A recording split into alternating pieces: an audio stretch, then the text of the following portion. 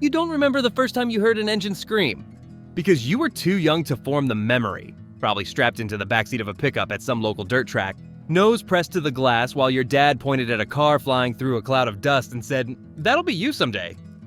Everyone else played catch. You learned to tighten lug nuts. Your friends grew up wanting to be quarterbacks. You grew up sitting in a rusted go-kart, hands taped because you couldn't afford gloves, pretending the loose gravel was Daytona. You thought it was just fun, until it wasn't. Until you realized the kid next to you in the karting heat had a trailer, a crew, and a custom suit with sponsors stitched into the chest.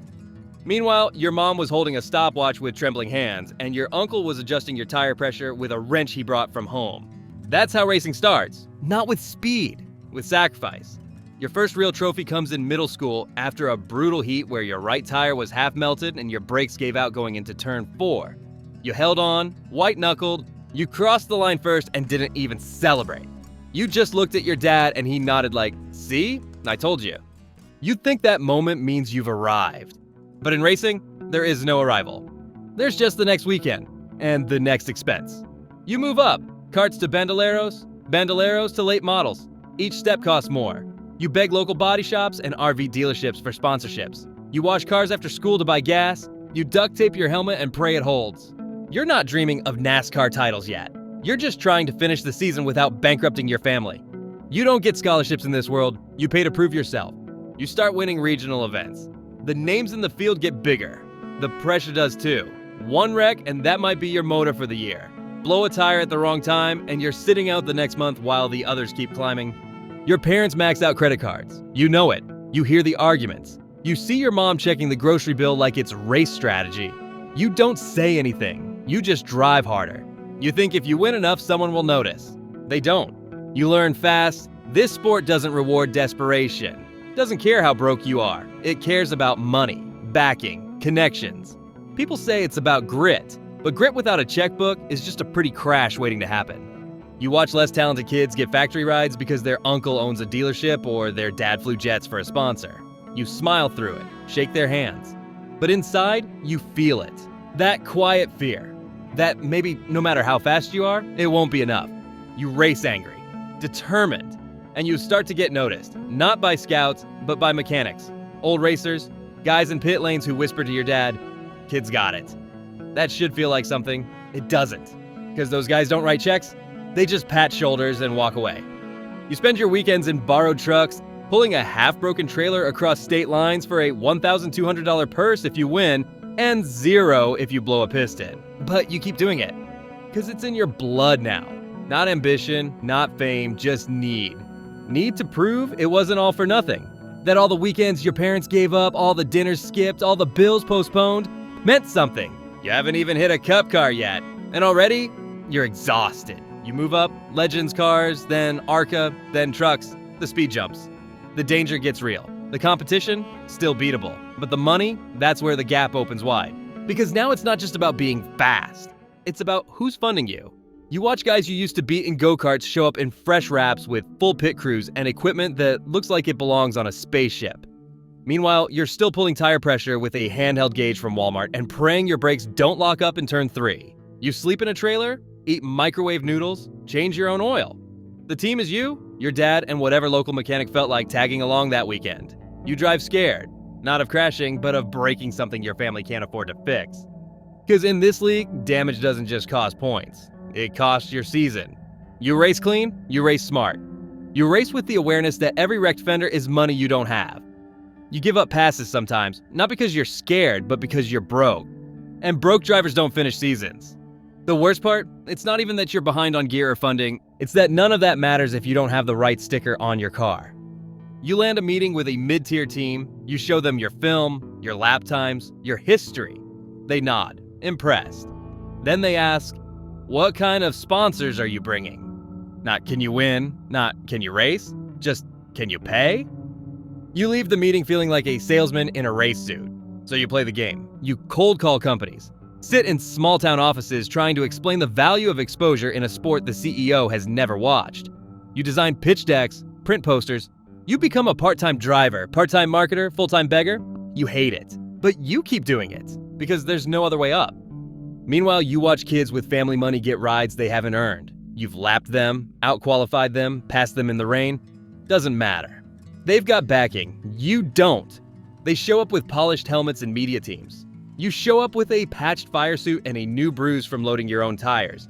They call it a business. But it feels like theft. You finally get a one-off ride with a semi-funded team. Short oval. Nothing special. You finish 6th. Ahead of 3 full-time drivers. You hope it'll lead to something. It doesn't. A week later, the team announces their new full-time driver, a 19-year-old whose dad owns a trucking company. You don't even read the press release. You already know what it says. You go back to hustling, working part-time jobs in the off-season, selling old gear online to pay for entry fees. You train like a fighter, knowing you might get one shot a year, one chance to show you belong. You're not bitter, but you are tired. Because the dream is still alive, but only if you can afford it. And every lap you run is borrowed time. Every corner could be your last. Not because of injury, because of bankruptcy. And the cruelest part? You're not bad enough to quit. You're just poor enough to be forgotten. You make it! Cup Series, top level, national television, real speed, real danger. You pull into the garage on your first weekend and see the rigs, the suits, the million-dollar haulers parked like battleships. You stand by your car and think, I'm finally here. But this ain't the dream. It's a gunfight. From the drop of the green flag, you're in hell. 200 miles per hour, 3 wide, bumper to bumper, inches from disaster. It's not driving, it's surviving. A split second too late on the brake and you're upside down in the fence. A bad pit call? You go from P5 to P27 in a heartbeat. You live on the edge of chaos with no margin for error. And nobody cares unless you wreck or win. Your neck cramps halfway through the race. Your hands blister through the gloves. You lose 7 pounds in sweat on hot days. You drink until your stomach sloshes and still come out dehydrated. Your visor fogs up in the last 20 laps and you keep driving because what's the alternative? Pull over? You'd lose your ride. You get wrecked in a pileup you didn't cause, and fans flood Twitter saying you suck. They don't know you were just in the wrong lane. They don't care. Your car number trends for 5 minutes and you're the punchline. You get back to the hauler, toss your helmet, and get handed a media sheet.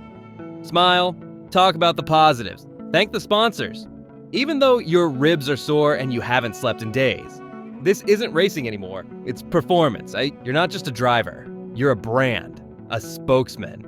A corporate actor who happens to drive 190 into turn 3 with 38 maniacs breathing down your neck. And behind all of that, you're one mistake from being replaced. You can win a stage, lead laps, even snag a top 10, and still lose your seat next year if the sponsor doesn't re-up. You look over your shoulder constantly. There's always some 19-year-old in Xfinity getting hyped as the future. And if your car underperforms, even if it's the team not you, you're gone. It's not a team sport when the team fails. It's a driver problem. They talk about talent, about grit. But you know it's about equipment, dollars, and staying healthy in a cockpit that could turn into a fireball at any second. You've seen it happen. You've felt it happen. 1 week, a buddy is smiling in victory lane. 2 weeks later, he's in a hospital bed with a neck brace and a career on pause. You text him, tell him he'll be back. Then you erase his name from your mental roster. Because that's how this sport works. You win or you vanish. You talk clean, drive smart, keep the sponsors happy. And even then, you live with the knowledge that one crash could end everything. And not just your ride, your life. You love this sport, but you don't know if it loves you back. You buckle in every Sunday and shake hands with death. Not because you're fearless, but because you don't have a choice. You finally got the shot, and now it's killing you. You used to drive because it felt free. Now you drive because it pays bills. Everything you say is sponsored. Every word you speak is filtered. There's a logo over your chest, 3 more on your sleeves, and 5 more on the car. You thank them all before you even talk about the race.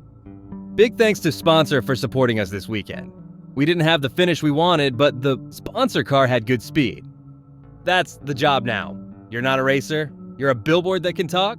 You win a race? Great. You get 5 minutes in front of a mic where you're expected to deliver a perfect soundbite, plug 6 brands, avoid controversy, and smile like it was easy.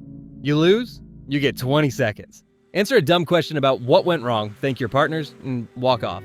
No one asks how you feel. No one wants to know. Because you're not supposed to feel. You're supposed to perform. And if you slip, if you say one thing slightly off script, they yank your deals, your ride, your future. You've seen drivers disappear for less. The fans? They think they know you, but they don't. They see your name, your number, your sponsor, They think you're rich, privileged, safe.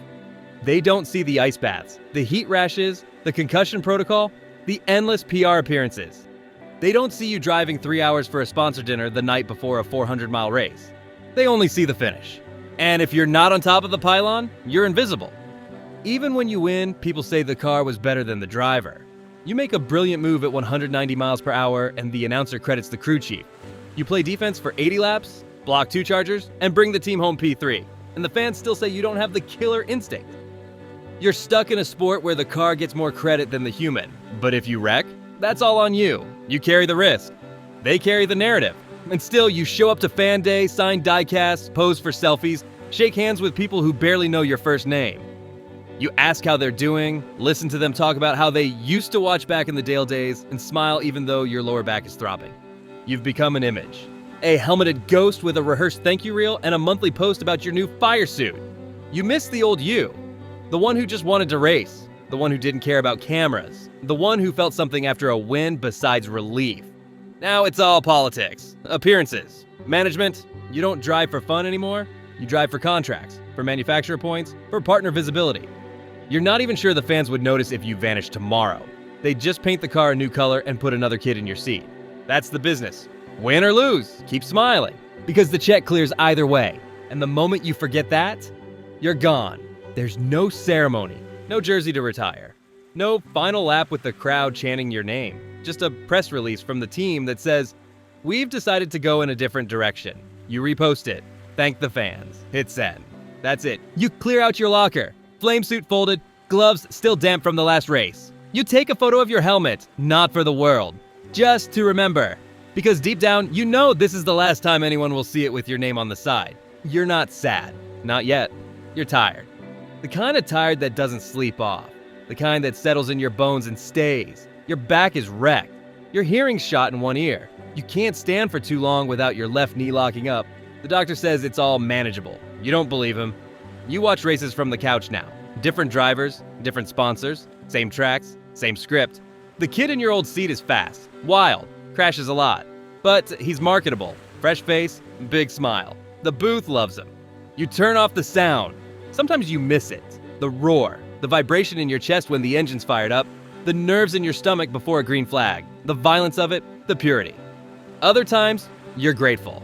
You can eat normal food again, you can sleep without painkillers, you don't wake up in hotel rooms wondering what city you're in. The quiet isn't all bad, but the silence, that's different. Nobody asks you to speak anymore, nobody calls for interviews. Your social media slows to a crawl. Your sponsors have moved on. Fans still tag you in old highlight reels. That one pass at Talladega. The 3-wide dive at Phoenix. They say, man, this guy was underrated. You read it, you smile, then you close the app. Because you were never the star. Just the guy in the fire suit doing 190 while the world watched football. You gave the sport your 20s, your health, your sanity.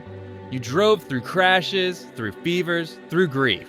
You buried a teammate and still strapped in the next Sunday because the team needed points. And when it ended, no parade, no tribute. No goodbyes. Just a used-up body, a quiet house, and a box of old helmets in the garage. One day you see a sim racer on Twitch with your old number. He's got merch, sponsors, a fan base. He's never touched a real car, but he's redefining motorsports. You don't hate him, but it stings. Because you lived the real thing, and it nearly broke you. You step into the garage one morning. Smell the old fuel, see the tools you haven't touched in months. You stare at your last car, the one with the scuffed paint, the faded numbers, the worn tires. You run your hand over the hood. Still feels like home. But it's not. Not anymore. Because the truth is, NASCAR was never built to hold on to you. It was built to chew you up, paint a new number, and keep going. And that's why it sucks to be a NASCAR driver.